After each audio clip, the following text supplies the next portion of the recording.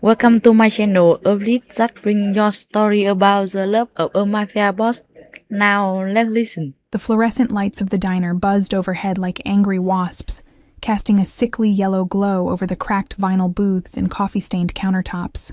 My feet ached, a dull, persistent throb that radiated from my heels up through my calves. 6 hours into my shift, and the smell of burnt coffee and grease had seeped so deeply into my uniform that I wondered if I'd ever wash it out. I was nobody here, just another waitress in a stained apron, refilling cups and clearing plates while the world moved around me like I was furniture. Invisible. Disposable. "Emma, table 7 needs a check," called Marco from behind the counter, his voice barely cutting through the din of clattering dishes and muted conversations. I nodded, pushing a strand of dark hair behind my ear. My reflection in the diner's grimy window showed exactly what I'd become at 23. Exhausted, pale, with shadows under my eyes that no amount of concealer could hide. Working 2 jobs to keep my head above water meant sleep was a luxury I couldn't afford. The evening rush had finally died down to a handful of stragglers nursing cold coffee and cheaper meals. I moved through my routine mechanically, my mind already calculating whether this week's tips would cover both my rent and the electric bill, or if I'd have to choose again. The bell above the entrance chimed. I didn't look up immediately. Why would I? It was just another customer, another order, another $1.50 tip if I was lucky. But the diner went quiet. It wasn't a complete silence. The coffee machine still hissed, the kitchen still clanged, but something shifted in the air. A tension that made my skin prickle with awareness. I glanced up from the check I was writing, and my pen froze mid-stroke. 3 men had entered. No, not just men. Presences. The 2 flanking the door were built like concrete blocks poured into expensive suits, their eyes scanning the room with the cold efficiency of security cameras. But it was the man in the center who stole the oxygen from my lungs. He couldn't have been more than 30, with dark hair swept back from a face that belonged on a screen, not in a run-down diner in Queens. His suit was midnight blue, tailored so perfectly it seemed like a second skin, and even from across the room, I caught the scent of something expensive. Cedar and leather, and something darker, like smoke and danger. Power radiated from him like heat from asphalt in summer. The kind of power that didn't need to announce itself because everyone already knew. He moved with deliberate grace, his polished shoes clicking against the faded linoleum as he chose a booth in the corner, the one with the best view of both the entrance and the back exit. His guards positioned themselves nearby, one by the door, one with a clear line of sight to their boss. My heart hammered against my ribs. I'd lived in this neighborhood long enough to recognize what I was seeing. You didn't dress like that, move like that, command a room like that unless you were someone. Someone dangerous. "Emma?" Marco's voice was tight, nervous. "Table 12. My throat was dry. "Can't someone else?" "Everyone else is busy." His eyes darted to the corner booth, then back to me. "Just be professional. Be quick." My hands trembled as I grabbed a menu and a glass of water. This was ridiculous. He was just a customer. Just a man. The fact that my body was screaming at me to run, that every instinct I had was telling me to stay far away from that corner booth, didn't matter. I needed this job. I forced my feet to move. Each step across the diner felt like walking through deep water. I was acutely aware of every sound. The scrape of my shoes, the racing of my pulse, the sudden quiet of the other patrons who seemed to be holding their collective breath. Up close, he was even more devastating. Angular jaw, sharp cheekbones, lips that curved in a way that suggested he knew exactly how beautiful he was, and exactly what to do with it. But it was his eyes that trapped me, dark, almost black, with an intensity that felt like being X-rayed, like he could see straight through my cheap uniform to every secret I'd ever kept. "Good evening," I managed, proud that my voice only shook slightly. "Can I get you something to drink?" He didn't respond immediately. Instead, he studied me with an attention that made my skin flush hot and cold simultaneously. His gaze traveled from my face down to my name tag, then back up, slow and deliberate. "Coffee," he said finally. His voice was silk over gravel, deep and smooth with an edge that suggested violence lurked just beneath the surface. black. Of course. I set down the menu and water glass with hands that wanted to shake. I'll be right back. What's your name? I froze.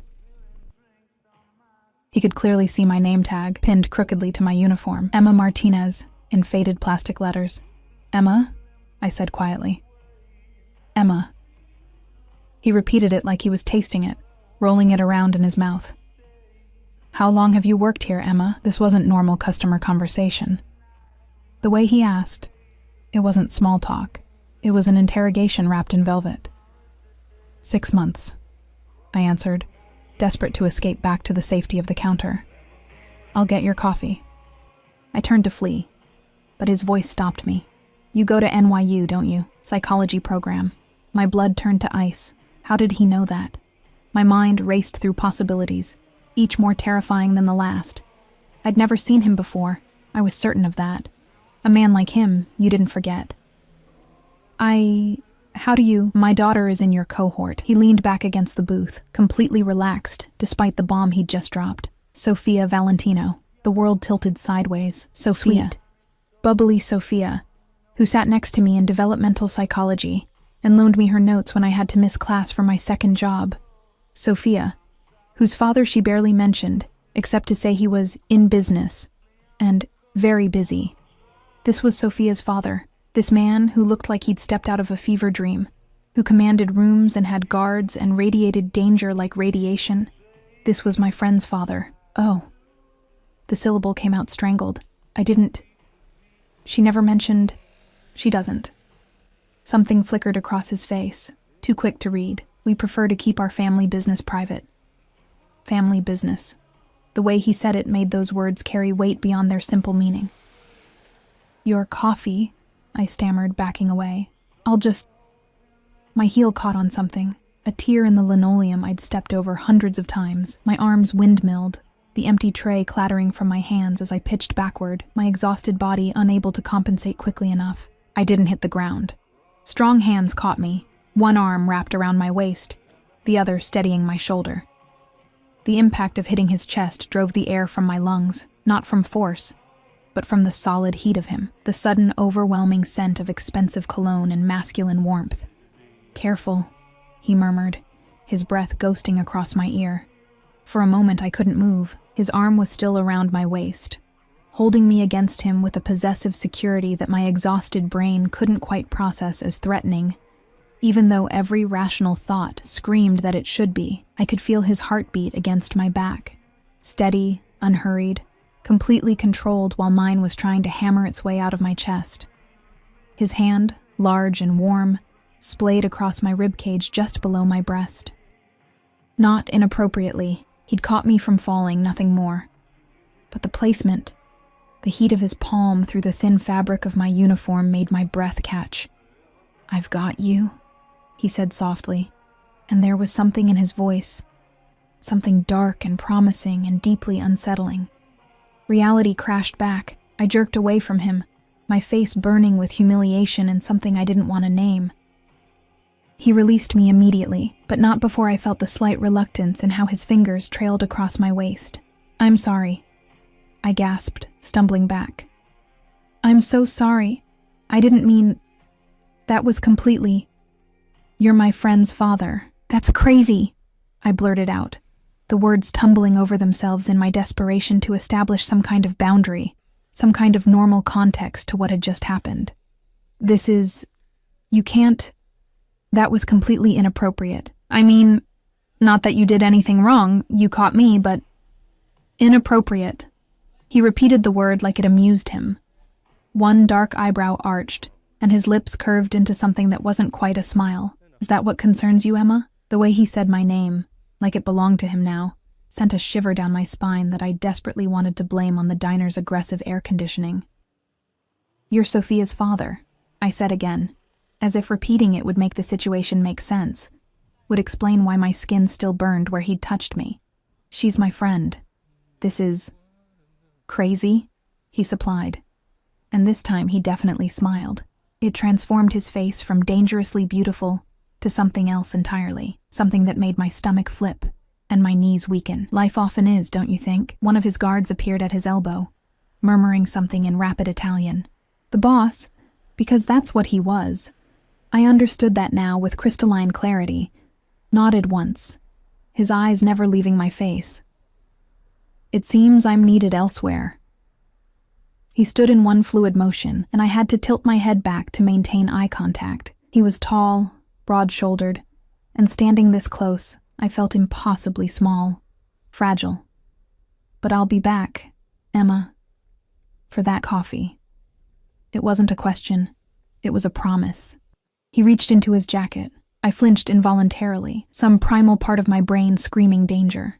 But he only extracted a wallet of buttery black leather. He pulled out several bills and placed them on the table. Even from my angle, I could see they were hundreds. For your trouble, he said, and for your discretion. I didn't see anything, I said automatically, the words coming from some survival instinct I didn't know I possessed. His smile widened, showing teeth that were perfectly white and somehow predatory. Smart girl. He moved past me, his guards falling into formation around him. Just before he reached the door, he paused and looked back over his shoulder.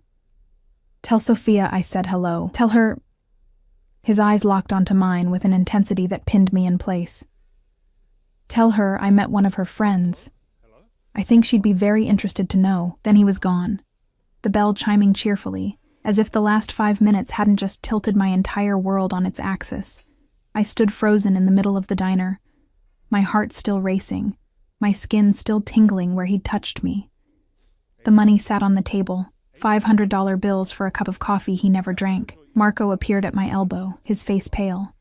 Do you know who that was? I shook my head, not trusting my voice. That was Dante Valentino, he whispered, his accent thickening with fear. They call him Il Lupo, the wolf. He runs half of New York's underground. He crossed himself quickly, superstitious. Stay away from him, Emma. Men like that, they don't just meet people. They collect them. But it was too late for warnings, as I looked down at the money on the table. More than I made in 2 weeks. I knew with absolute certainty that Dante Valentino had already decided to collect me. And the most terrifying part, some small, reckless part of me wanted to be caught. I didn't tell Sophia. For 3 days, I carried the weight of that encounter like a stone in my chest, heavy and uncomfortable, impossible to ignore. Every time she texted me about grabbing coffee between classes or complained about her statistics homework, I typed and deleted a dozen responses trying to figure out how to say, I met your father. He touched me. I can't stop thinking about it. The $500 sat in my nightstand drawer, untouched. Blood money, I told myself. Hush money. Money that came with strings attached, invisible threads that would tangle around my throat if I wasn't careful. But my landlord didn't care about my moral crisis. Neither did the electric company. On the 4th day, I broke. I deposited the money and immediately felt like I'd signed something away, some part of myself I couldn't name. The diner felt different now. Every time the bell chimed, my head snapped up, my pulse spiking with a mixture of dread and anticipation that made me nauseous. But Dante Valentino didn't return. His absence was somehow more oppressive than his presence had been, like waiting for a storm you could feel building in your bones. Friday afternoon, I was in the university library, drowning in research papers for my thesis on trauma bonding, when Sophia dropped into the chair across from me with her usual explosive energy. Thank God I'm dying. Professor Chen just assigned us another 50 pages of Bowlby for Monday, and I have a family thing this weekend. She dumped her designer bag, Prada, probably worth more than my car, onto the table with a dramatic sigh. Save me. Tell me you've already read it. I had. Twice. Because I couldn't afford to fail, couldn't afford to lose my partial scholarship, couldn't afford anything that might send me tumbling back to where I'd started, broke and desperate in a studio apartment with mold in the bathroom and sirens every night. I can send you my notes, I said, trying to focus on the words in front of me. They swam meaninglessly across the page. You're literally the best. Sophia propped her chin in her hand, studying me with those dark eyes that suddenly seemed far too familiar. Had they always been that shade, that intensity? You look exhausted, though. Are you okay? Double shift yesterday, I lied. The truth was I hadn't slept properly since Tuesday. Every time I closed my eyes, I felt phantom hands on my waist, heard that voice like silk and gravel saying my name. You work too hard. Sophia's expression shifted to concern, genuine and sweet. She was a good person, I reminded myself. A good friend. Whatever her father was, whatever darkness he lived in, it hadn't touched her. Why don't you come to dinner at my place on Sunday? My dad's actually going to be there for once, and I know he'd love to meet my friends. My pen clattered from my fingers. Your dad? The words came out strangled. I know, shocking, right? He's literally never home. She rolled her eyes affectionately. But he's been asking about school lately, wanting to know about my friends and classes. It's actually kind of sweet. He's trying. He's been asking about school, about her friends, about me. I don't think... I started, but Sophia was already pulling out her phone. Please? It'll be fun, I promise. Our chef makes this incredible osso buco, and the house is ridiculous. You can swim, we can study by the pool, and you can finally meet the mysterious Valentino patriarch. She grinned. Who knows? Maybe you can help me figure him out. You're the psychology major. There were so many reasons to say no. Every survival instinct I possessed was screaming at me to decline, to keep my distance, to pretend that night at the diner had never happened. But Sophia was looking at me with such hopeful enthusiasm, and some reckless part of me, the same part that had felt disappointed every time the diner door opened and it wasn't him, wanted to say yes. Okay, I heard myself say. Sunday. Sophia's house wasn't a house, it was an estate. The Uber dropped me at iron gates that looked like they belonged to a fortress, complete with security cameras and an intercom system. When I gave my name, my voice shaking slightly, the gates swung open silently, revealing a driveway lined with manicured hedges and old-growth trees. The main house rose ahead like something from a film. White stone, tall windows, pillars that spoke of old money and older power. My sundress, the nicest thing I owned, suddenly felt painfully inadequate. A man in a dark suit, not one of the guards from the diner, but cut from the same cloth, opened my car door before I could reach for the handle. Miss Martinez, he said formally, Miss Sophia is expecting you by the pool, if you'll follow me. I followed him through a side gate, my sandals clicking against slate pathways bordered by roses that probably cost more than my monthly rent. The pool area opened up before me like something from a magazine. Infinity edge, crystal clear water, expensive loungers arranged artfully around the perimeter. Sophia waved from one of the loungers, looking effortlessly beautiful in a white bikini, her dark hair piled on top of her head. Finally, get changed. The water's perfect. I'd brought a swimsuit, a simple black one-piece I'd bought on sale 3 years ago. The cabana Sophia directed me to was nicer than my entire apartment, all gleaming tile and soft towels that probably cost more per square inch than my bedsheets. When I emerged, wrapping a towel around myself self-consciously, Sophia was texting rapidly, her face scrunched in concentration. Everything okay? I asked. Just my dad. He's running late. She set down her phone with a huff. Typical. I swear, he schedules these family dinners, and then acts like they're business meetings he can just reschedule. Relief and disappointment warred in my chest. Maybe he wouldn't come at all. Maybe I could enjoy this afternoon in this beautiful space with my friend and then leave before... Sophia. The voice cut through the afternoon air like a blade through silk. I turned, and there he was. Dante Valentino stood at the edge of the pool area, backlit by the late afternoon sun in a way that made him look almost supernatural. He'd traded the midnight suit for dark slacks and a white shirt, with the sleeves rolled to his elbows, revealing forearms roped with muscle and marked with scars I hadn't seen before. His eyes found me immediately, locking onto my mostly bare skin with an intensity that made me acutely aware of every exposed inch of myself. "Daddy!" Sophia jumped up, apparently oblivious to the way the air had suddenly become too thick to breathe. "You made it. Come meet Emma. She's in my developmental psych class, remember? I told you about her." Emma, he moved forward with that same predatory grace I remembered, his gaze never leaving my face. "Yes. I believe we've met." My heart stopped. Sophia's head whipped between us, confusion clouding her features. Wait, what? When? Your father came into the diner where I work, I said quickly, praying my voice sounded normal. Earlier this week. Small world. Super small. Sophia laughed, but there was a question in her eyes. You didn't mention it, Dad, didn't I? Dante's lips curved into something that wasn't quite a smile. He was close now. Close enough that I could smell cedar and smoke. Close enough that I had to tilt my head back to maintain eye contact. I must have forgotten. So many meetings. They all blur together. Liar. He hadn't forgotten anything. The way he was looking at me now, like I was something he'd been searching for, made it clear that every second of our encounter had been catalogued and filed away in that dangerous mind. Emma's brilliant, Sophia said proudly, completely missing the undercurrent of tension thrumming through the air. Top of our class. She's writing her thesis on trauma bonding. You know, like Stockholm Syndrome and attachment in abusive relationships. Fascinating, Dante murmured, his eyes still fixed on mine. Attachment in dangerous situations. Tell me, Emma, what draws someone to remain in a relationship they know could destroy them? The question hung between us, loaded with meaning I didn't want to unpack. Fear, I said quietly, and the illusion of safety. The captor provides moments of kindness, and the victim's brain bonds to those moments, desperate for connection, even when logic says to run.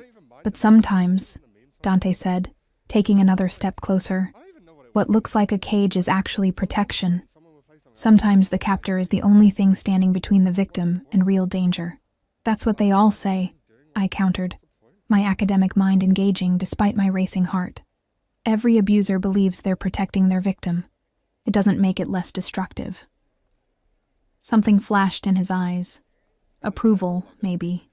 Challenge, definitely. I think, he said softly, his voice dropping to a register that seemed meant only for me, despite Sophia standing right there. You'd be surprised what you'd accept if you understood the alternative. Okay, you two are being super weird and intense, Sophia interjected, laughing nervously. Can we maybe not turn pool day into a psych seminar? Get in the water before you burn.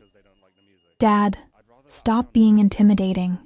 Dante's gaze slid to his daughter, and his entire demeanor shifted, softening, warming in a way that was almost shocking in its contrast. I'm not intimidating anyone, Piccola. Just having a conversation. Uh-huh. Sophia grabbed my hand, tugging me toward the pool. Come on, Em. Let's leave my dad to his mysterious brooding. I let her pull me away, grateful for the excuse to escape those dark eyes. The water was cool against my overheated skin, and I dove under, letting it close over my head and muffle the world above. When I surfaced, pushing wet hair from my face, Dante was still standing at the edge of the pool, watching me with an expression I couldn't read. Then he smiled, a real smile that transformed his features from dangerous to devastating, and began unbuttoning his shirt. What are you doing? Sophia asked, surprised. It's a pool party, isn't it? He shrugged out of the shirt, revealing a torso that belonged in marble. All lean muscle and olive skin marred by more scars, a roadmap of violence survived. Seems a shame to waste it. He dove in without hesitation, barely making a splash, and when he surfaced near us, water streaming from his dark hair, I couldn't breathe properly. This was wrong. So deeply, fundamentally wrong. He was a mafia boss, a criminal, a man who probably had blood on his hands and bodies in his wake. He was my friend's father. And I wanted him anyway. The afternoon dissolved into something surreal. Sophia chattering away about classes and campus gossip while her father circled us like a shark in expensive swim trunks, his attention never straying far from me. Every time I looked up, he was there, watching, assessing, claiming me with his eyes in ways I knew I should find terrifying. When Sophia got out to take a phone call, I found myself alone in the pool with him, the silence stretched, heavy, and expectant. You shouldn't have come, Dante said finally, his voice low enough that it wouldn't carry. Sophia invited me, I replied, trying to sound defiant. I'm her friend. That, he said, moving closer through the water, is the problem. My back hit the pool's edge. He was close now, so close I could see water droplets caught in his eyelashes, could count the faint lines around his eyes that suggested he smiled more than his reputation would indicate. "You're going to stay away from her," I said, my voice shaking but firm. "She's sweet and kind and nothing like me," he finished. "I know. I've spent her entire life trying to keep my world from touching hers." His hand came up, gripping the pool edge beside my head, caging me without actually touching me. "But then you walked into my life, Emma Martinez, and suddenly my carefully constructed walls feel very fragile." "I didn't walk into anything," I protested weakly. "I was just working. And I was just getting coffee." His other hand mirrored the first, trapping me completely. Fate, perhaps, or punishment. I haven't decided which. "This is insane. You're her father," he said. "I know. Believe me, I've been reminding myself of that fact every hour since Tuesday night. Then you understand why this, whatever this is, can't happen." "Oh, I understand." He leaned closer, and I could feel his breath on my damp skin. "But understanding something and being able to stop it are two very different things, Dante." His name on my lips felt intimate. "Forbidden, say it again," he commanded softly. I shook my head, refusing, even as my body betrayed me by trembling. "Emma!" Sophia's voice carried from somewhere behind us. "Dad! Dinner's ready!" Dante pulled back immediately, the spell breaking. But his eyes, God, his eyes, promised that this conversation was far from over. As he hauled himself from the pool in one smooth motion, water sluicing down the planes of his back, I realized with absolute certainty that I was in terrible danger. Not from him. From myself. Dinner was an exercise in psychological torture. The dining room was all dark wood and crystal chandeliers, a table long enough to seat 12 set intimately for 3. Sophia sat at one end, chattering happily about her upcoming exams. I sat across from her, hyper-aware of every movement, every breath. Dante sat at the head of the table, positioned so he could see both of us, so he could watch me. The food was exquisite. The promised osso buco, risotto that melted on my tongue, wine that probably cost more than my textbooks. I tasted none of it. Every bite was ash in my mouth because I could feel his gaze on me like a physical touch, heavy and possessive. "So, Emma," Sophia said, twirling her fork through risotto, "have you thought about what you're doing this summer? I know you mentioned maybe staying in the city for classes." "I need to work," I said automatically. "Can't really afford to take time off." "Both jobs?" Sophia's face scrunched with concern. "That's brutal. You'll burn out." "Some of us don't have a choice," I said, then immediately regretted the bitterness in my tone. "Sorry. I just mean, don't apologize." Dante's voice cut through my stumbling. "You work hard. That's admirable." His fingers wrapped around his wine glass, and I found myself mesmerized by the movement. Long fingers, strong hands, a signet ring on his right hand that caught the light. "What's your other job besides the diner?" "I tutor," I said quietly. "High school kids, mostly. SAT prep, essay writing." "She's amazing at it," Sophia added enthusiastically. "One of her students got into Columbia early decision." "Impressive." Dante took a sip of wine, his eyes never leaving my face. "You clearly have a gift for understanding people. Reading them." "It's just psychology," I deflected. "No." He set down his glass with deliberate care. "It's more than that. Psychology is academic. What you have, the ability to see into people, to understand what drives them, that's instinct. That's dangerous." The word hung between us, loaded with meaning. "Dangerous?" Sophia laughed. "Dad, she's a tutor, not a spy." "Dangerous to be that perceptive," Dante clarified, but his eyes told me he meant something else entirely. "People don't like being seen. Not really. They'll resent you for it. Or worse, they'll become obsessed with being understood by you." My mouth went dry. We weren't talking about tutoring anymore. "I think people want to be seen," I said softly, holding his gaze even though every instinct screamed to look away. "They just want to be seen by the right person."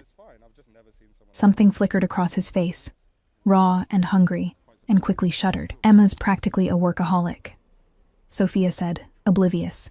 "I keep telling her she needs to relax more, have some fun. She hasn't even been to a single party this semester. Perhaps she's simply selective about how she spends her time, Dante said.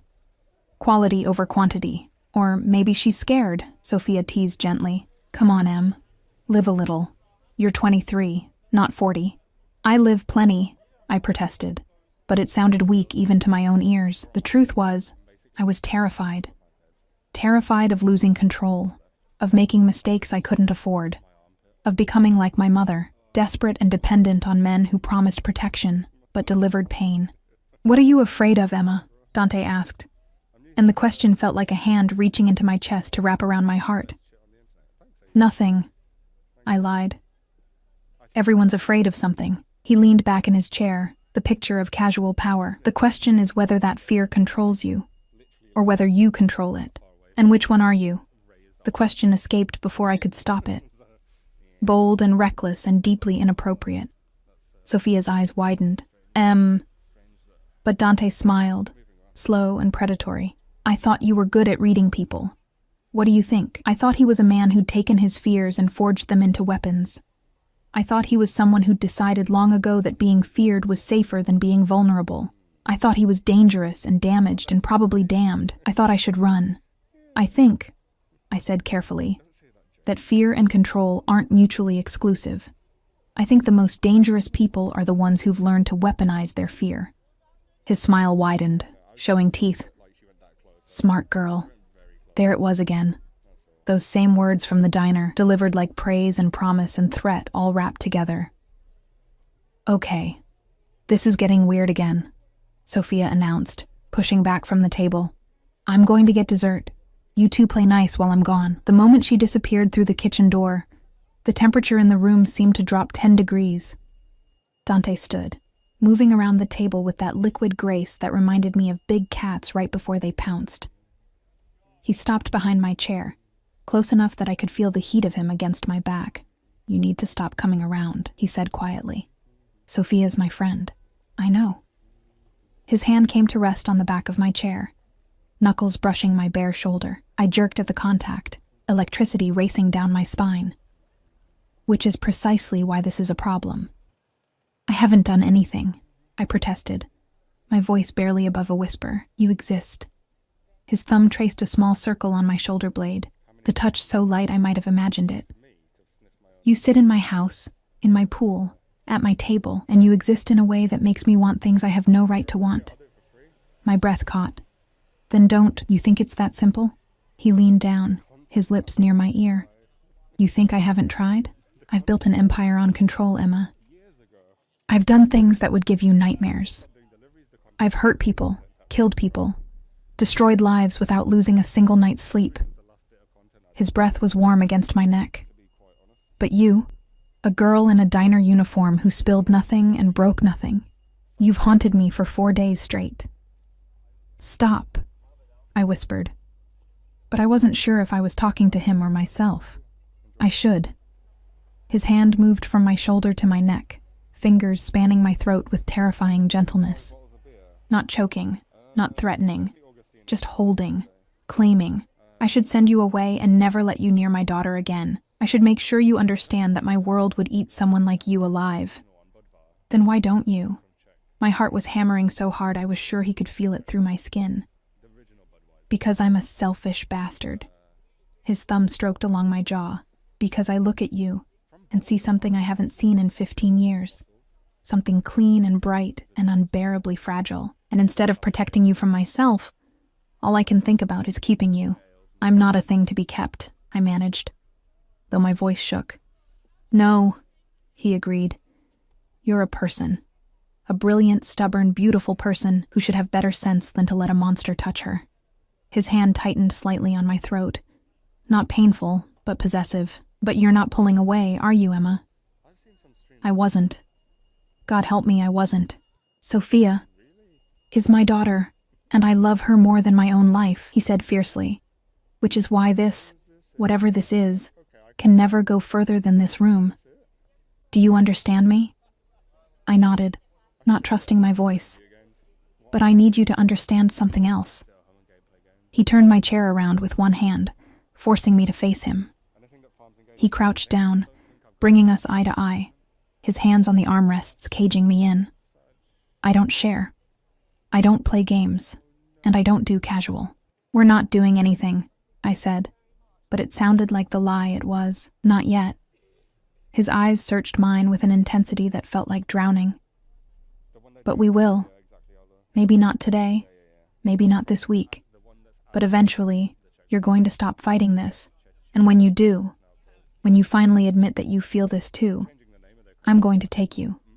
Completely. Do you understand?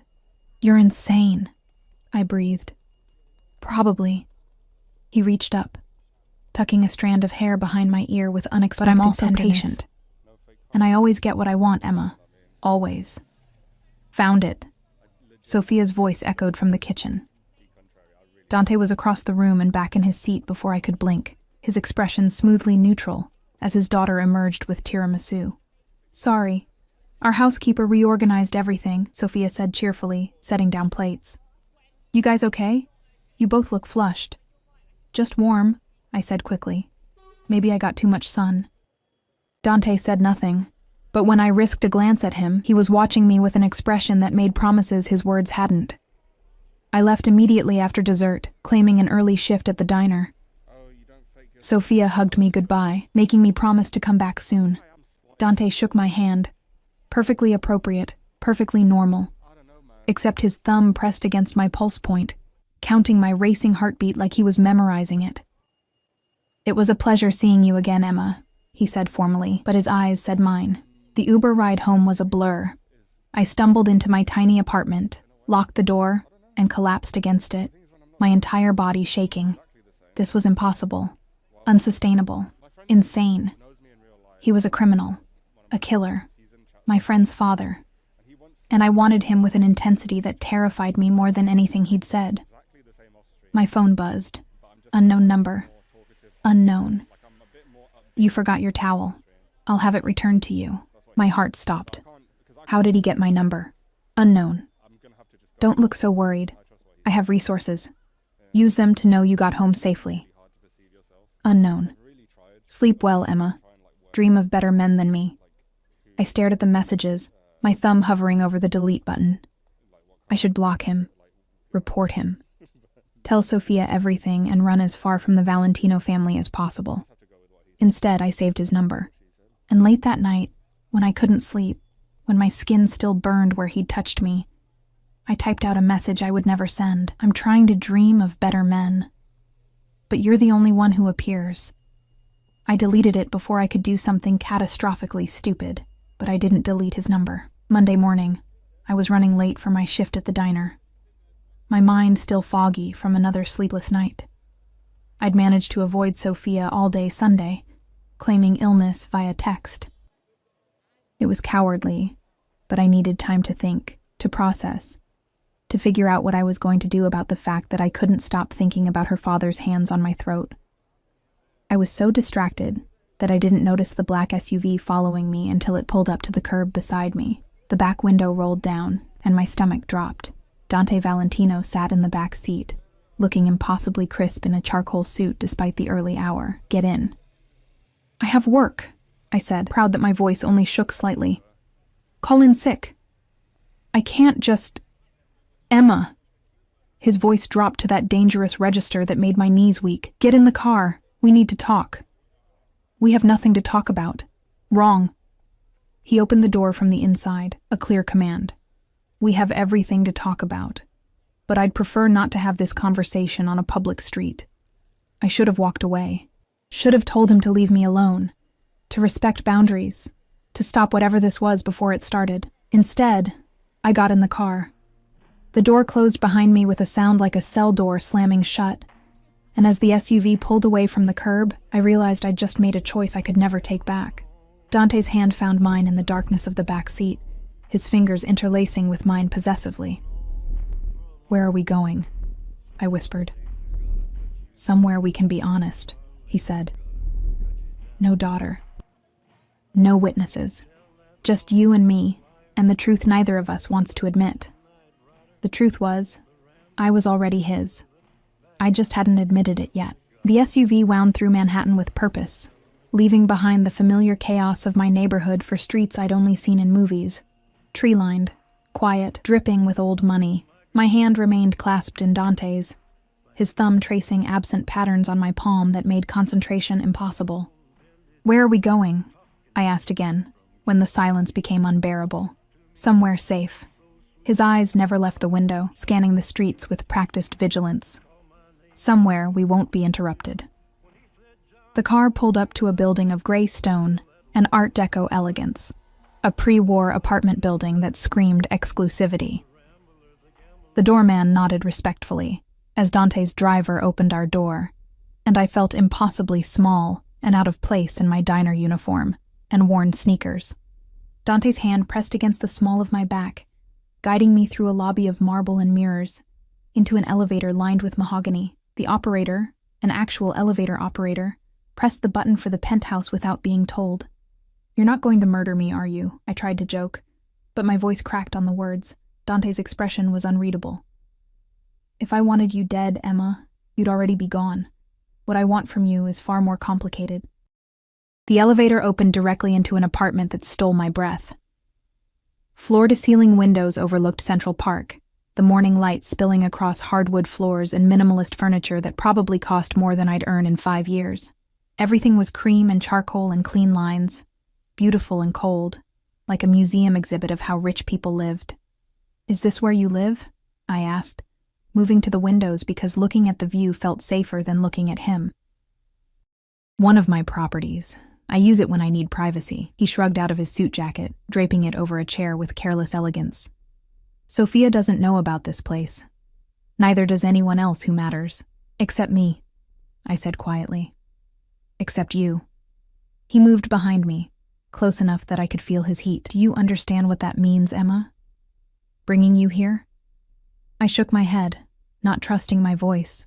"It means I'm trusting you with something I trust no one with. Location, access, vulnerability." His reflection appeared in the glass beside mine. Darker, larger, overwhelming. "It means I'm giving you a weapon you could use to destroy me. I would never." "I know." His hand came to rest on my hip, a brand through the thin fabric of my uniform. "That's the problem. I know you wouldn't, which makes you either incredibly loyal or dangerously naive. Maybe both," I whispered. He turned me around, and suddenly we were chest to chest, his hands framing my face with a gentleness that contradicted everything I knew about him. "I brought you here to give you a choice," he said, his voice rough. "A real one. Without Sophia nearby, without witnesses or consequences you can't take back. I need you to understand what you'd be choosing." "I don't understand. I'm a bad man, Emma."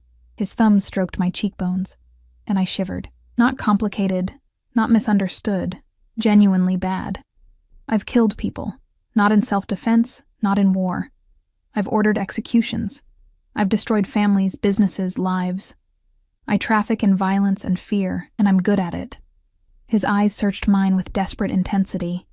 "And if you stay, if you choose this, I will consume you. I will be possessive and jealous and overprotective to the point of suffocation. I will want to own every smile, every thought, every breath. Do you understand what I'm telling you?" My heart was hammering so hard I thought it might break through my ribs. "You're trying to scare me away. I'm trying to be honest." His forehead dropped to mine, and I felt him trembling, actually trembling. "Because once this starts, Emma, I won't be able to stop. I won't want to stop. And you need to know that before you make a choice you can't unmake." "What if I've already chosen?" The words escaped before I could stop them. Reckless and true and terrifying. His breath hitched. "Then God help us both." He kissed me. Not gently, not carefully. He kissed me like a drowning man gasping for air, his hands tangling in my hair, his body pressing mine back against the cold glass of the window. I gasped against his mouth, and he swallowed the sound, deepening the kiss until I couldn't remember why this was wrong. Couldn't remember anything except the taste of him. Coffee and danger and dark promises. My hands found his chest, and I meant to push him away. I swear I did. But instead, my fingers curled into his shirt, pulling him closer, desperate for more contact, more heat, more of whatever this madness was that had been building between us since the moment I'd looked up, and seen him in that diner. When he finally pulled back, we were both breathing hard, his pupils blown wide with desire that matched my own. "This is insane," I panted. "Yes." He kissed my jaw, my neck, the hollow of my throat. "Completely insane. You're my friend's father. I know." His teeth grazed my collarbone and I whimpered. "Believe me, I know. She'll hate me," I said, reality crashing back. "Sophia will—" "She can never know." He pulled back, his hands gripping my shoulders with bruising intensity. "Not now. Maybe not ever. Do you understand, Emma? This, us. It stays between these walls until I can figure out how to make it work. And if you can't," his jaw clenched, "then I'll deal with the consequences. But I won't lose you. Not now that I've had you." "You haven't had me," I protested weakly. His smile was dark and knowing. "Not yet, but I will, cara mia, soon." My phone buzzed in my pocket, shattering the moment. I fumbled for it with shaking hands. Sophia's name flashed across the screen. "Sophia, where are you? You're not at the diner and you're not answering your phone, getting worried." Guilt crashed over me like a wave. What was I doing? This beautiful, kind girl who'd been nothing but a friend to me, and I was pressed against windows kissing her father, planning secret meetings, becoming exactly the kind of person I'd always despised. "I have to go," I said, my voice breaking. "This is wrong, Dante. It's all wrong." "Wrong doesn't mean impossible." He caught my wrist as I tried to move past him. "And it doesn't change how you feel." "How I feel doesn't matter," I shot back. "Sophia matters. Your relationship with her matters. I'm not going to be the thing that destroys that." "You think I'd let that happen?" His voice hardened. "You think I haven't spent every second since meeting you trying to figure out how to have both? How to keep my daughter's love and have you too? You can't have both." The words came out too loud, too raw. "That's not how this works. Eventually she'll find out, and she'll hate us both, and you'll have to choose. And we both know who you'll choose." Something flickered across his face. Pain, maybe. Recognition, definitely. "You're right," he said quietly. "If it came down to it, I'd choose Sophia. Every time. She's my daughter, my blood, my responsibility." The words shouldn't have hurt. I'd known it was true. But hearing him say it felt like a knife between my ribs. "Then let me go," I whispered. "No." His hand cupped my face, forcing me to look at him, because I'm going to find a way to have both. "I didn't build everything I have by accepting limitations, Emma. I make the world bend to my will. You can't bend this. Watch me." He kissed me again, hard and possessive, a seal on a promise I didn't fully understand. "Go. Answer Sophia. Be her friend. But know that this isn't over, not by a long shot." The ride back to my neighborhood was silent, except for my racing thoughts. Dante's driver dropped me a block from the diner with instructions from his boss to ensure she arrives safely, like I was something precious, something worth protecting. I called Sophia from the sidewalk, spinning a lie about a family emergency and my phone dying. She accepted it without question because that's who she was, trusting, kind, everything her father wasn't, everything I was betraying. The next 2 weeks were torture. I avoided Sophia's calls, made excuses to skip study sessions, threw myself into work until exhaustion was my only companion. But Dante was everywhere. Not physically. He was smart enough not to show up at the diner again, but his presence haunted me anyway. Flowers arrived at my apartment with no card. Expensive ones. Peonies and garden roses that must have cost hundreds. I threw them away and found another bouquet the next day. My student loan payment was mysteriously paid in full. When I called the company, they said an anonymous benefactor had covered it. $5,000, gone just like that. The diner's owner suddenly decided to give me a raise, substantial enough that I could quit my tutoring job if I wanted. When I asked why, he got nervous and said something about a business consultation that had gone well. Dante was taking care of me. From the shadows, with invisible hands, he was weaving a net of protection and provision around my life that made it harder and harder to pretend I didn't want exactly what he was offering. Then Sophia showed up at my apartment. I'd just gotten home from a closing shift, dead on my feet, when her knock echoed through my tiny studio. For a moment, I considered not answering, cowardly, but self-preserving. "Em, I know you're in there," she called. "Your neighbor said you just got home. Please, I just want to talk." Guilt propelled me to the door. She stood in my dingy hallway looking like a magazine ad for wealth. Designer jeans, cashmere sweater, perfect makeup, and something in her eyes made my stomach drop. "Can I come in?" she asked quietly. I stepped aside, acutely aware of how shabby my apartment must look to her, the second-hand furniture, the water-stained ceiling, the refrigerator that hummed too loudly. She sat on my threadbare couch and looked at me with an expression I couldn't quite read. "You've been avoiding me. I've been busy. Don't." Her voice was sharper than I'd ever heard it. "Don't lie to me, Em. We've been friends for months. I know when you're pulling away." My throat tightened. "Sophia, is it because of money?" she asked suddenly. "Because I have more than you? I know sometimes that makes things weird, but I thought we were past that." "No," I said honestly. "It's not about money." "Then what?" Her eyes searched mine. "Did I do something? Say something wrong?" "Yes," I thought. "You invited me into your life, into your home, and I repaid you by wanting your father. It's complicated," I managed. "Uncomplicate it." She leaned forward, earnest. "You're one of the few real friends I have, Emma. Most people just want to be around me because of my dad, or his money, or his connections. But you liked me before you even knew who my family was. That matters." The guilt was suffocating. "Sophia, my dad asked about you," she said, and my heart stopped. "Last week. Wanted to know if you were okay, if you needed anything. It was weird. He never asks about my friends. What did you tell him?" The question came out strangled. "That I was worried about you. That you'd been distant." She tilted her head, studying me. He got this look on his face. Like he knew something I didn't. My pulse thundered in my ears. "I'm sure he was just... Emma." Her voice dropped. "My dad is a lot of things, but subtle isn't one of them when it comes to protecting what's his. And lately, he's been acting like you're under his protection. That's ridiculous. Is it?" She stood, pacing my small space. "The flowers. The sudden good fortune. My father operates in patterns, and I've been watching him my whole life. This is what he does when he's claimed something." "Claimed?" The word came out weak. She turned to face me, and her expression was careful, calculating. More her father's daughter than I'd ever seen. "I need you to be honest with me," she said quietly. "Is there something going on between you and my dad?" The question hung in the air like smoke from a gun. I could lie. Should lie. Protect everyone involved with a simple denial.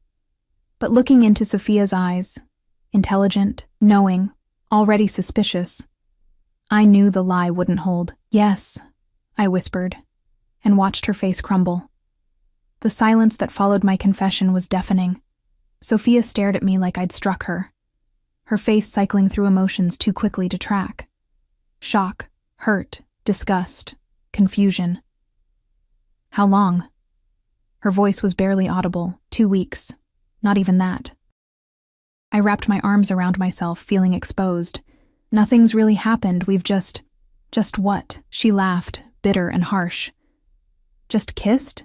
Just fucked? Just decided to betray me behind my back?" "It wasn't like that."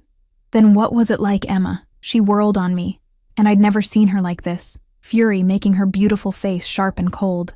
"Explain to me how my friend, my trusted friend, ends up with my father, a man twice your age who kills people for a living." "I know how it sounds. Do you?" She stepped closer, and I could see tears threatening at the corners of her eyes. "Do you have any idea what it's like to be me? To have everyone around you want something from you? From your family? From your father's power? I thought you were different. I thought you actually gave a shit about me." "I do." The words burst from me desperately. "Sophia, I never meant for this to happen. I tried to stay away, tried to stop it. Clearly not hard enough." She swiped angrily at her eyes. "God, I'm so stupid.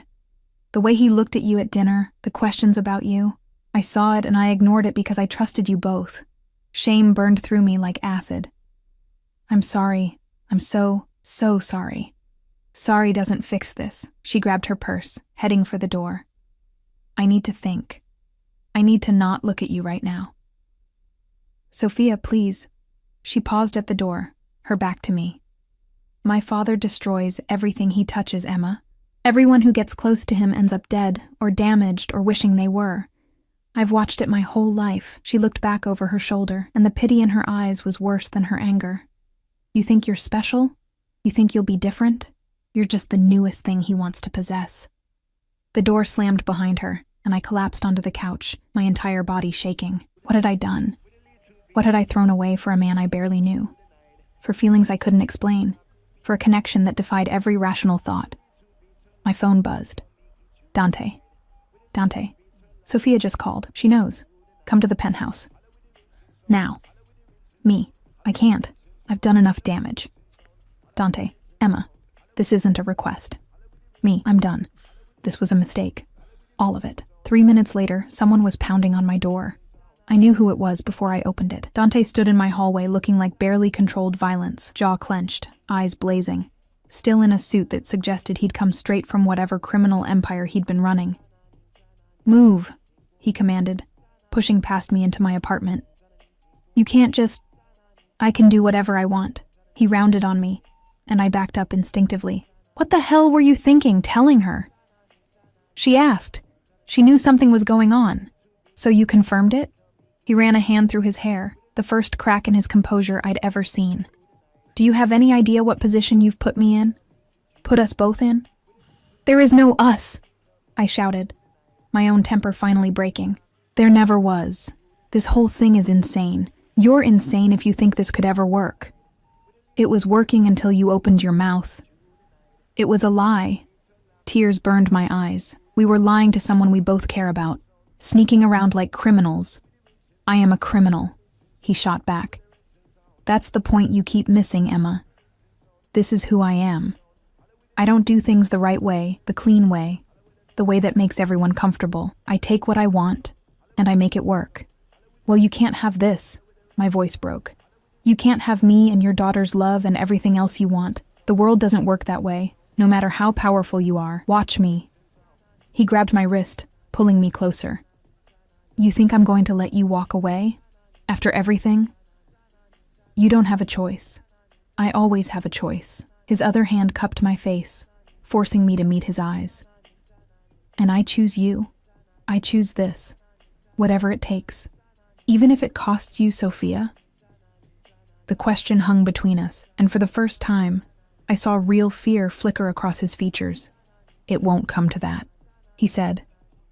But it sounded like he was trying to convince himself. It already has. I pulled away from him, putting distance between us. She looked at me like I was garbage, Dante. Like I was just another person using her to get to you. And maybe I am. Maybe that's exactly what this is. You don't believe that. I don't know what I believe anymore. I pressed my palms against my eyes, exhausted. I just know that I can't do this. I can't be the reason you lose your daughter. I can't be that person. So what? His voice went cold. You're just going to run? Pretend this never happened? Yes.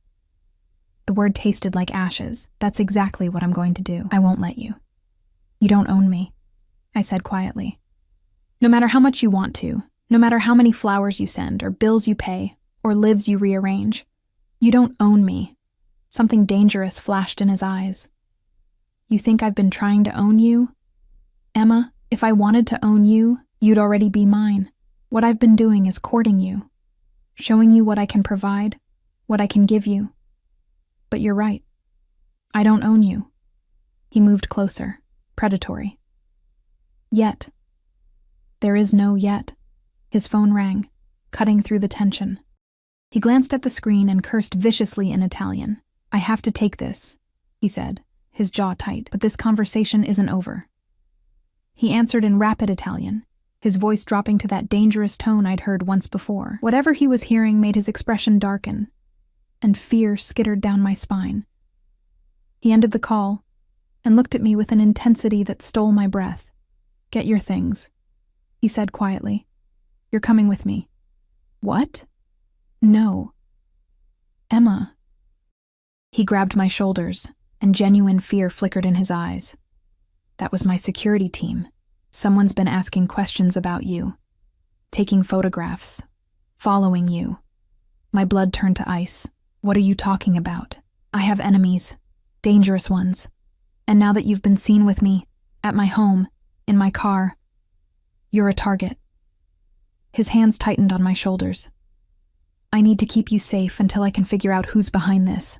This is insane. This is my world. He cut me off. And you're in it now, whether you like it or not. So you can come with me willingly, or I can carry you out of here, your choice. I wanted to argue, wanted to tell him he was overreacting, that this was just another manipulation tactic. But the fear in his eyes was real, the tension in his body was real. And if someone was following me, taking pictures, for how long? I asked quietly. As long as it takes. He pulled out his phone, already texting rapid commands. Pack a bag. Clothes for a week, anything you can't live without. My hands shook as I threw things into a duffel bag. Jeans, shirts, toiletries, my laptop. This wasn't happening. This couldn't be happening. What about my jobs? I asked. I can't just disappear. Already handled.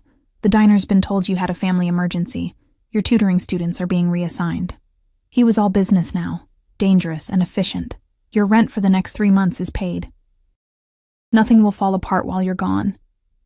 You can't just arrange my entire life. I can, and I have. He took my bag from me, slinging it over his shoulder. Now move, my car's waiting. The SUV was indeed waiting, engine running, 2 guards flanking it with hands inside their jackets. This was real. This was actually happening. Dante bundled me into the back seat and climbed in after me, immediately on his phone issuing orders in English and Italian. The car pulled away from my building, and I watched my neighborhood, my life, disappear through the rear window. Where are we going? I asked numbly. Somewhere safe. Somewhere no one will find you. What about Sophia? His jaw clenched. She's already at the estate. Extra security. No leaving until this is resolved. She'll think I've disappeared because I'm a coward. She'll think you're safe, which is what matters. He finally pocketed his phone and turned to me, his expression softening slightly. I know you're scared. I know this isn't what you wanted, but I will keep you safe, Emma. That's a promise. Why? The question escaped before I could stop it. Why do you care this much? You barely know me. I know enough. His hand found mine, interlacing our fingers. I know you're brilliant and stubborn and kind in ways I haven't been in decades. I know you see me, really see me, and you're still here. I know that when I thought someone might hurt you, I felt something I haven't felt since Sophia was born. Genuine fear. That's not love, I whispered. That's obsession. Maybe. He raised our joined hands, pressing a kiss to my knuckles. But it's mine. You're mine. And I protect what's mine. The safe house turned out to be a compound upstate, all stone walls and security gates and guards with automatic weapons. It was beautiful in a fortress kind of way, perched on a hillside with views that would have been breathtaking if I wasn't a virtual prisoner. Dante installed me in a bedroom that was bigger than my entire apartment, with a bathroom of marble and gold that looked like something from a palace. Then he disappeared, leaving me with guards outside my door and no answers. I lasted 2 hours before I went looking for him. He was in a study lined with books and weapons in glass cases, bent over a desk covered in photographs and documents. He looked up when I entered, exhaustion carving lines around his eyes. You should be resting, he said. I should be a lot of things. I moved closer, looking at the photographs spread across his desk. My stomach dropped. They were of me, walking to work, leaving class, sitting in a coffee shop. Dozens of them, taken over weeks. Oh my God. This is why you're here. His voice was grim. Someone's been tracking you for at least a month, long before I ever walked into that diner. My mind raced. So this isn't about you? About being seen with you? I don't know yet. He stood, coming around the desk. But I'm going to find out. And when I do, The violence implicit in those words should have scared me. Instead, I felt something else. Protected. Safe. Claimed in a way that was definitely obsessive and possibly insane, but undeniably real. "I'm sorry," I said quietly. "About Sophia. About everything. Don't be." He pulled me against him, and I went willingly, letting myself be held for the first time since this nightmare began. "This is my fault. I should have been more careful, should have protected you better. You can't control everything. Watch me try." He pressed a kiss to my hair. "I'm going to fix this, Emma. All of it. The threat, Sophia. Everything.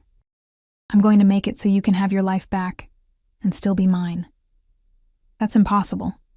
"I don't believe in impossible." He tilted my face up, and his eyes held promises and threats in equal measure. "I believe in what I want, and I want you. Safe, happy, and mine." He kissed me then, deep and claiming and absolutely certain. And despite everything, despite the insanity of this situation and the impossibility of any future together, I kissed him back. Because he was right. I was his. Had been since that first moment in the diner when his eyes met mine and the world tilted on its axis. The question was whether I'd survive being claimed by a wolf. 3 days passed in the compound, like we were the only 2 people in the world. Dante worked tirelessly, making calls and coordinating his people, hunting whoever had been following me with single-minded intensity. And when he wasn't working, he was with me, talking, touching, teaching me about his world in ways that should have terrified me, but somehow didn't.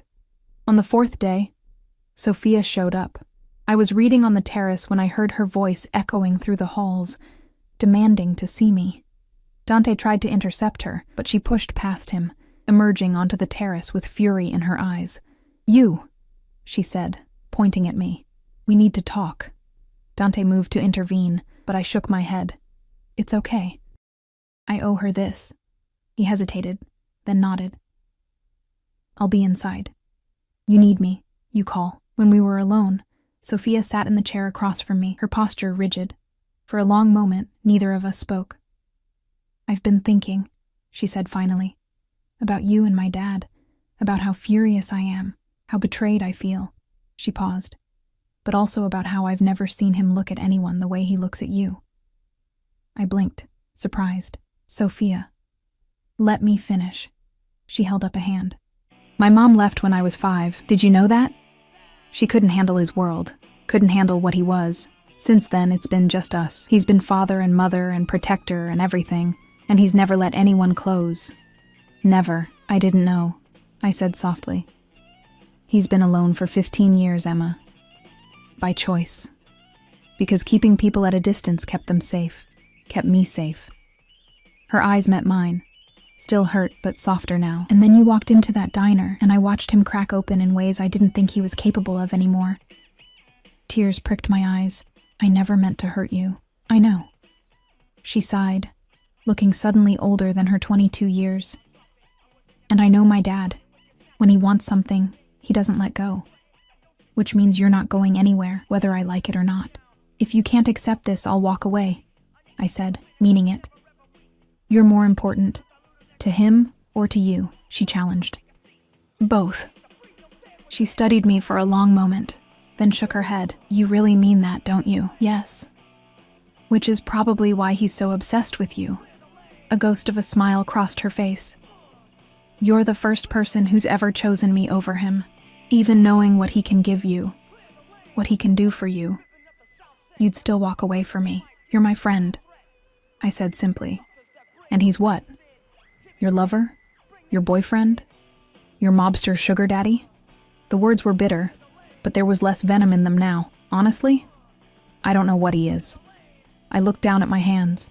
I just know that when I'm with him, I feel seen in ways I've never felt before. Like all the parts of me I've been hiding, the anger, the ambition, the darkness. He sees them and wants them anyway. Sophia was quiet for a long time. When she spoke, her voice was careful. "I can't give you my blessing. Not yet. Maybe not ever. This is too weird, too complicated, too much. I understand. But," she continued, "I also can't hate you for making my father human again, for making him feel something other than responsibility and violence. She stood, moving to the terrace railing. So here's the deal. You don't flaunt this in my face. You don't make me choose between you, and we figure out some kind of messed up new normal. Hope bloomed in my chest. Really? I reserve the right to be weird about it for, forever, she added. And if he hurts you, I'll kill him myself. I laughed, surprised and grateful and overwhelmed. Deal. She turned back to me, and her expression was serious. But Emma? He's dangerous. Genuinely, legitimately dangerous. Whatever's happening with this stalker situation, this is his world. Violence and territory and enemies who would kill you just to hurt him. Are you ready for that? Before I could answer, an explosion rocked the compound. The windows blew inward, glass raining down like deadly snow.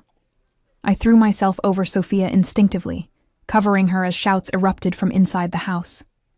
Gunfire. Rapid, professional, terrifyingly close. Dante burst onto the terrace, blood on his shirt, a gun in his hand. Get down! Now! He grabbed us both, hauling us back into the house and down a hallway I'd never seen before. His guards appeared, forming a protective barrier as more gunfire echoed through the compound. What's happening? Sophia demanded, her voice shaking. Rival family, they found us. Dante's voice was cold, controlled, lethal. He pushed open a door to reveal stairs leading down. Safe room, both of you. Now. I'm not leaving you, I started. Emma. He gripped my face in his hands, his eyes fierce. I will handle this, but I can't do that if I'm worried about you. Please, keep my daughter safe. The please broke me. I nodded, taking Sophia's hand and pulling her toward the stairs. The safe room was underground, concrete and steel, stocked with supplies. We could hear the battle raging above. Muffled explosions, gunfire, screaming. Sophia was crying silently, and I held her, both of us shaking. He'll be okay, I whispered. He has to be okay. 2 hours later, the door opened. Dante stood there, covered in blood and gunpowder residue, exhausted but alive. His eyes found mine immediately, and the relief in them was profound. It's over, he said. They're dead, all of them. Sophia ran to him, and he held her tight, murmuring assurances in Italian, but over her shoulder, his eyes stayed locked on mine. Later, after Sophia had been settled in her room with guards and sedatives, Dante found me on the terrace, staring at the stars. You could have died, I said without turning around, but I didn't. He came up behind me, wrapping his arms around my waist, because I had something to live for. This is insane. Yes. He pressed a kiss to my neck. But it's our insane, mine and yours. I turned in his arms, looking up at this dangerous, damaged, devoted man. What happens now? Now? He smiled, and it was real, and warm, and everything I'd never expected from someone like him. Now I court you properly. Now I win my daughter's acceptance one awkward family dinner at a time. Now I eliminate any remaining threats and make sure you can live your life without fear. And then I marry you. He said simply, because I'm Italian and traditional and possessive as hell, and because you're mine, Emma Martinez. You've been mine since the moment you looked up at me in that diner and didn't run. I should have run, I whispered, but you didn't. His forehead touched mine. You stayed. You chose this. You chose me. And I'm going to spend the rest of my life making sure you never regret it. He kissed me as the sun rose over the compound, bathing us in golden light. And despite everything, the violence, the impossibility, the absurdity of falling for my friend's father who happened to be a mafia boss, I knew he was right. I'd chosen this. Chosen him. Chosen a life that would never be normal or safe or simple, but it would be ours. And somehow, that was enough. Epilogue. 6 months later, I stood in front of a mirror in a dress of ivory silk, my hands shaking as Sophia adjusted my veil. You look beautiful, she said softly. Stupidly, unfairly beautiful. You don't have to do this, I told her for the 100th time. Be my maid of honor. If it's too weird, shut up. She squeezed my hand. It's definitely weird. Like therapy for life weird. But you make him happy. And weirdly, he makes you happy. So I'm choosing to be supportive and only occasionally traumatized. I laughed, tears threatening my carefully applied makeup. Outside, in a garden filled with flowers that probably cost more than my old apartment, Dante waited. We'd had 6 months of careful courtship, of family dinners that were sometimes awkward but increasingly warm, of building something real beneath the obsession and desire. The rival family had been eliminated. The stalker, a bitter ex-associate of Dante's, had been dealt with. My life had been returned to me, upgraded with security and resources, but fundamentally still mine. And through it all, Dante had been patient and possessive and perfectly himself. When I walked down the aisle on Sophia's arm, because I had no father to give me away, and she'd insisted, Dante's eyes never left my face. The fierce love in them, the possessive devotion, the promise of protection and passion and partnership. "You're my friend's father. That's crazy," I'd told him once, in a diner that felt like a lifetime ago. Now, as I took his hands and promised him forever, I realized that crazy was exactly what I'd needed. Crazy enough to believe in love at first sight. Crazy enough to fight for something impossible. Crazy enough to let myself be caught by a wolf who turned out to have a heart.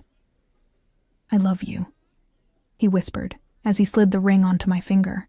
"I know," I whispered back.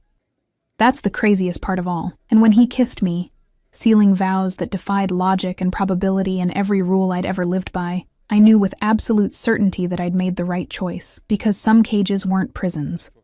Some were promises. And some wolves didn't devour you. They devoted themselves to you instead.